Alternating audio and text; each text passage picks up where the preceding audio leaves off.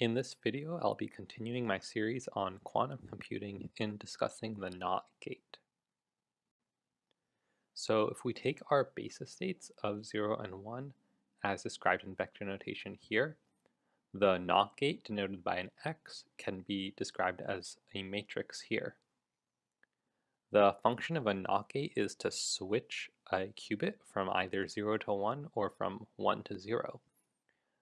Conceptually, you can just think of the NOT gate as that, or using matrix multiplication, you can see how mathematically it actually flips the qubit.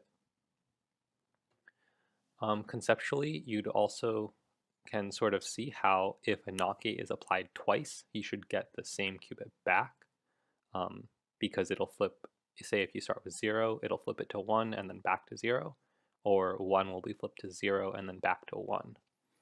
However, mathematically, you can also use matrix multiplication to see how x squared is just the identity. I'll get a little more into what you can actually do with a NOT gate in future videos, but this will cover the basics. Thank you for watching, and if you have any questions or suggestions, please comment below.